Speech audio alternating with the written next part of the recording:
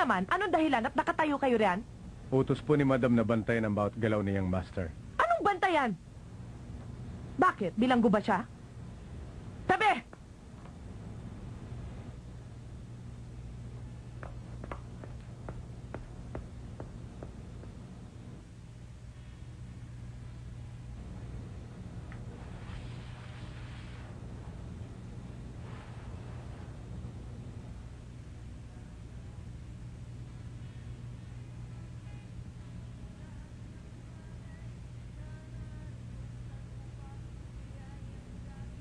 Cheche.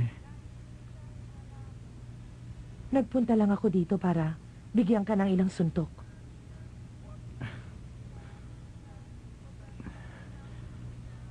Bakit ka nagbalik? Masyado nang matamlay ang itsura mo. Pero masayang masaya ko. Dahil nalalaman kong nag-mature ka na. Napakatapang mo. At hindi mo ako binigo. Natutuwa talaga ako.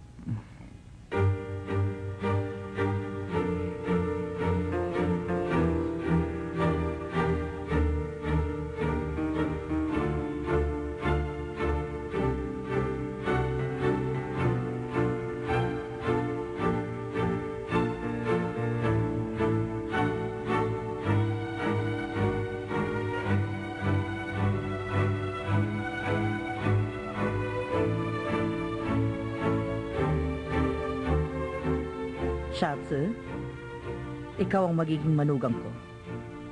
Narito ka na ngayon bilang bisita at natutuwa ako. Pero kailangan tandaan mo ito. Ang mga taong hindi natin kauri, mas makabubuting iwasan mo sila. Dahil baka mahawa ka sa ugali nila. Maliwanag ba? Hindi ko papatulan ng pangungutya niya. Nasaan si Daoming, sir? Nasaan siya? Gusto ko siya makita. Sinama ko po siya dito para kausapin si Asa.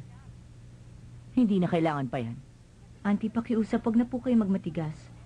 Hindi po ba mas maganda kung magagawa ni Sunshine na kumbinsin si Asa na kumain? Isa pa po, walang ibang tao makakagawa nun. Kung makikinig po si Asa kay Sunshine, ito ang pinakamagandang mangyayari. Payagan niyo na siya. Hindi ako papayag na impluwensyahan niya ang anak ko. Nalalaman ko pong hindi niya gagawin yon. Nangako po siya sa akin. Kaya pumayag na po kayo. Hindi ko sila mapapayagang magkita. Sige po, Auntie. Pero payagan niyo siya kahit sa labas ng pinto. Auntie, pakakasal na ako kay Asa sa 1 linggo. Kung hindi rin lang ako nakakatiyak na wala ng relasyon sina Asa at Sanchay, hindi rin magiging payapa ang isip ko. Payagan niyo akong kausapin siya kahit sandali lang. Tapos aalis agad ako. Bantayan niyo siyang mabuti. Hayaan niyo siyang kausapin si Ozzy sa labas ng kwarto niya. Paalisin niyo agad pagkatapos.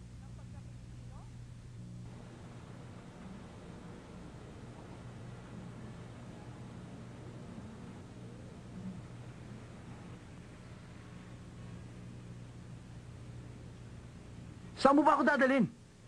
Daoming, sir! Sanchay! Sanchay! Daoming, sir! Huminahon ka muna, makinig ka sa akin!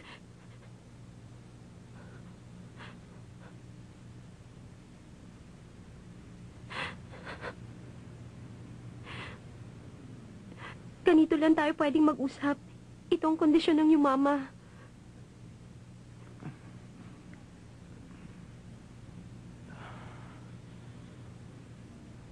Kumusta ka na?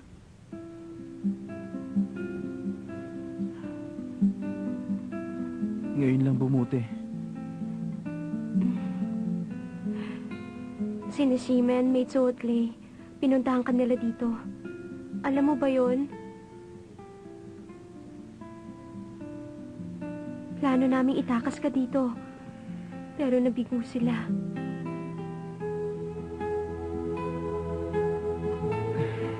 Ayos lang yan. Ilang araw ka na raw hindi kumakain. Hindi ka ba nagugutom ngayon? Hindi.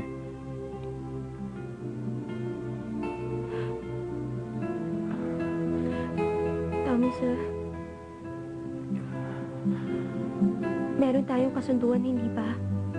Total imposibleng magpatuloy pa tayong dalawa. Itigil na natin to. Sundin mo na ang gusto ng mama mo para sa'yo. Pwede?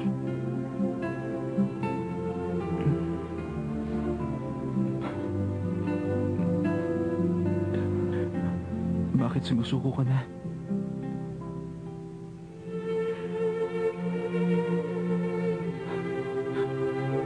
Kung gusto kitang layuan, noong una naghiwalay tayo, sumuko na sana ako.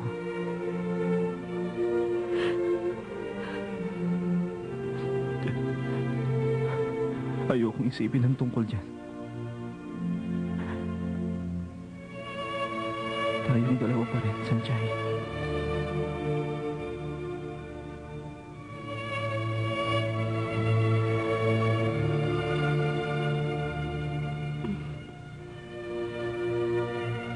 Naintindihan ko. Tayong dalawa pa rin.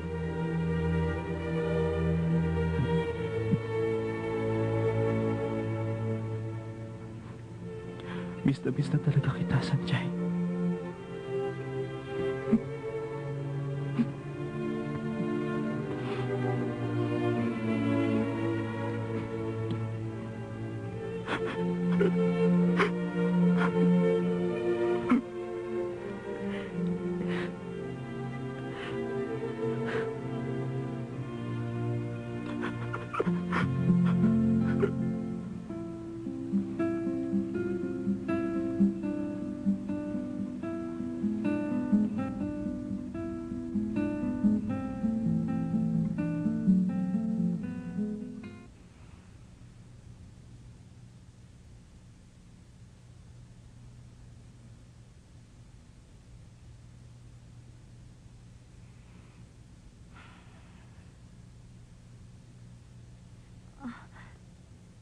Sanchay, kumusta?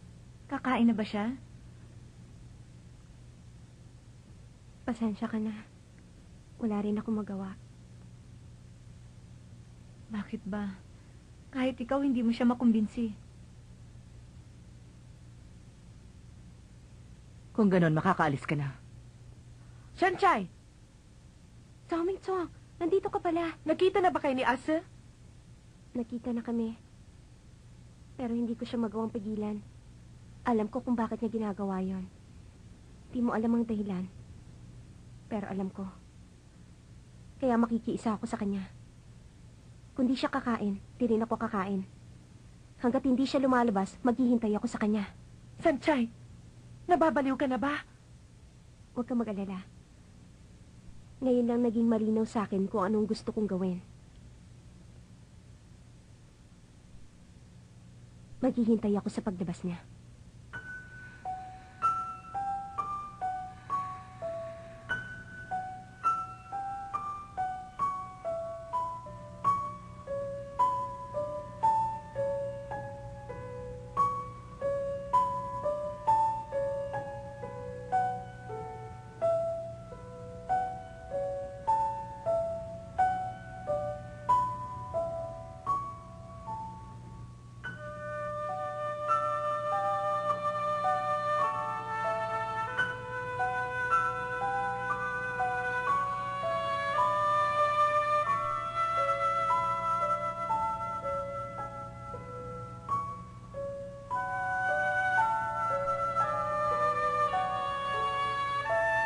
Ginawa niyo ito sa akin dati. At ngayon ginagawa niyo kay Ase. Masaya na ba kayo? Huwag mo akong pagsalitaan ng ganyan.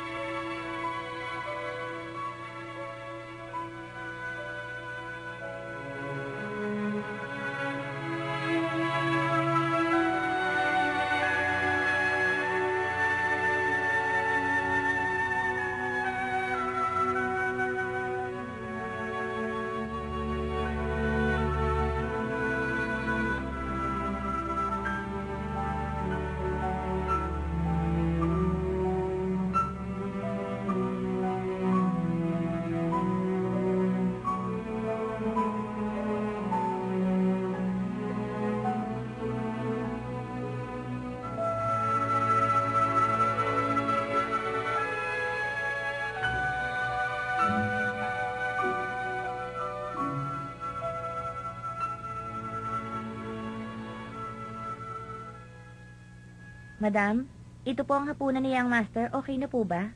Huwag mo nang dalhin. Baliwala rin. Iakyat mo. Opo, madam.